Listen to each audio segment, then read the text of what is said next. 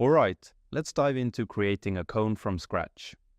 We're starting our sketch from the top left corner and picking one of the vertical construction planes to make a standing cone. First things first, hit L on your keyboard to activate the line command.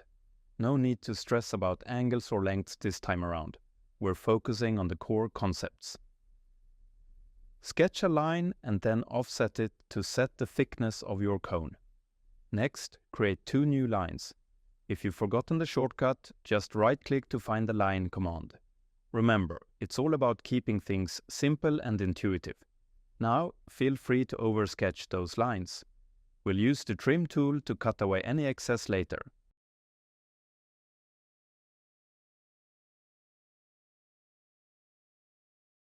Once you're happy with your sketch, finish it up and head over to the Create drop-down menu to activate the Revolve tool. Your profile is already pre-selected. Thank you, 3D modeling gods, for that smooth automation. Just select the vertical axis, click OK, and voila, you've got yourself a cone. Show off your creation to the world and bask in the glory of your 3D modeling skills. If you've got a killer way to make a cone in Autodesk Fusion, drop it in the comments below. I love seeing your genius at work. And hey, if you're hungry for more tips and tricks, check out my tutorial on sheet metal design. Stay creative and keep pushing the boundaries.